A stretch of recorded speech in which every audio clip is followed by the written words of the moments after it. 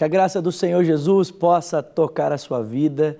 Que prazer tão maravilhoso estarmos juntos aqui para meditarmos na palavra do Senhor. Eu espero que nos nossos últimos encontros a palavra de Deus esteja alcançando o seu coração. Nós temos falado aqui sobre os atributos de Deus. Em dia que existe tanta especulação sobre Deus, tanta coisa sendo falada, eu chamo isso de crendice popular, né? Sabe aquela convicção que nós formamos sobre Deus que não corresponde necessariamente à realidade do que Ele se propôs a nos dizer nas Sagradas Escrituras, sabe? Aquelas realidades, né? Aquela compreensão sobre Deus que nós formamos a partir das experiências que os homens têm, né? A pessoa fala, não, mas eu fiz isso e tal coisa aconteceu, então eu penso que seja dessa forma. Bom, não é um pouco sobre isso, né? Não é um pouco dessa forma que Deus é compreendido. Deus não é compreendido a partir das nossas experiências, né? A gente compreende a realidade de quem Deus é a partir do que Ele se propôs a nos dizer na sua palavra. E quando a gente tem uma compreensão clara de quem Deus é a partir das Sagradas Escrituras, então nós podemos adorá-lo verdadeiramente, nós podemos ter um relacionamento real com Ele. Aliás, quando a realidade de Deus é compreendida por nós, os misticismos vão embora, né?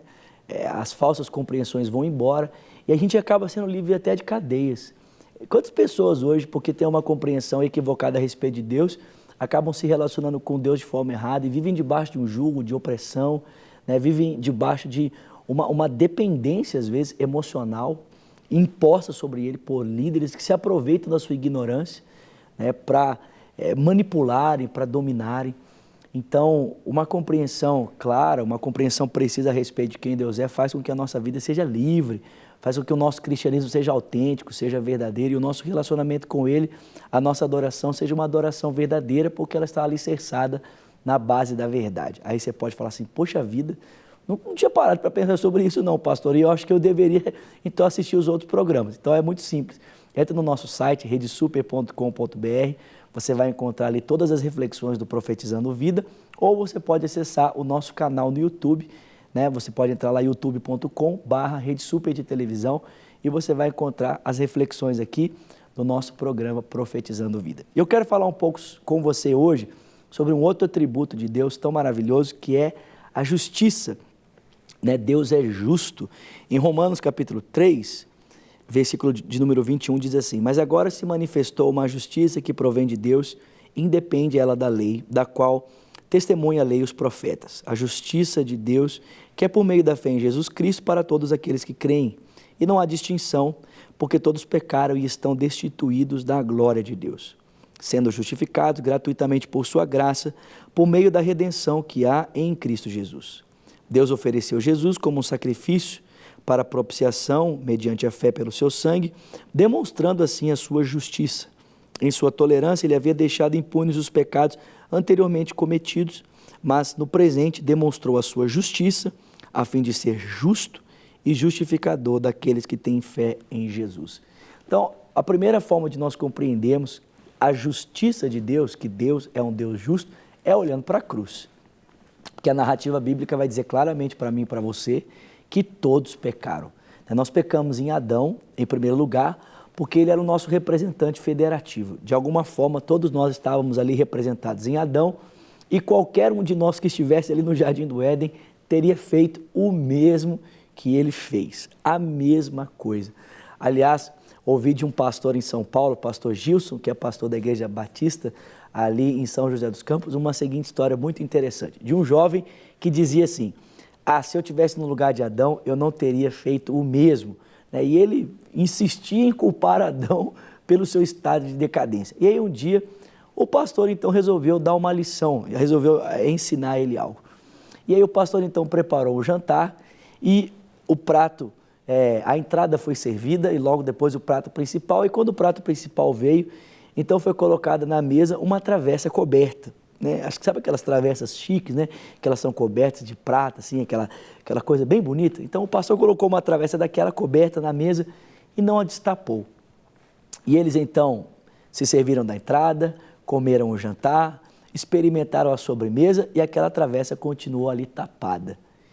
E o jovem então foi ficando curioso, esperando o momento em que a travessa seria destapada para observar o que estava ali escondido.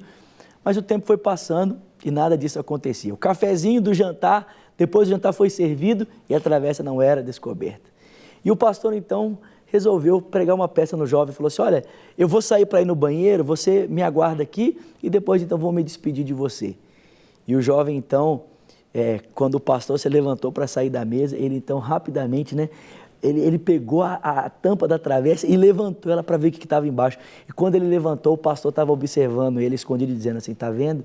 Se você estivesse no lugar de Adão, você teria feito a mesma coisa. A oportunidade, quando ele teve a oportunidade de observar aquilo que não era lícito a ele, ele escolheu, né, de alguma forma, tentar obter aquela informação de uma forma que ele não deveria fazer. Nós somos assim. Então, todos nós estávamos ali representados. Se Adão caiu, todos nós teríamos caído no mesmo erro que ele. Mas nós não apenas pecamos em Adão, nós também falhamos, nós também transgredimos a lei e por essa razão nós estamos separados de Deus. E o texto diz que o que Deus deveria nos dar por causa do nosso pecado e separação era a condenação, era a destruição. Mas Deus decidiu nos perdoar. Ele decidiu assegurar a nossa existência, e não apenas a nossa existência, mas Ele decidiu nos trazer de volta para a comunhão com Ele. Mas para isso, aquele pecado precisava de ser pago. E o texto bíblico diz que Deus então foi justo ao pagar o preço pelos nossos pecados com a morte do seu Filho Jesus Cristo. Quando nós olhamos para a cruz, nós entendemos que Deus é justo. Ele não fez vista grossa para o nosso pecado. Ele simplesmente não disse, não, está tudo resolvido, está tudo tranquilo, pode passar desapercebido, não tem problema. Não. O texto diz para mim e para você que Deus foi justo. Ele moeu Jesus para que os meus pecados e os seus pecados fossem perdoados.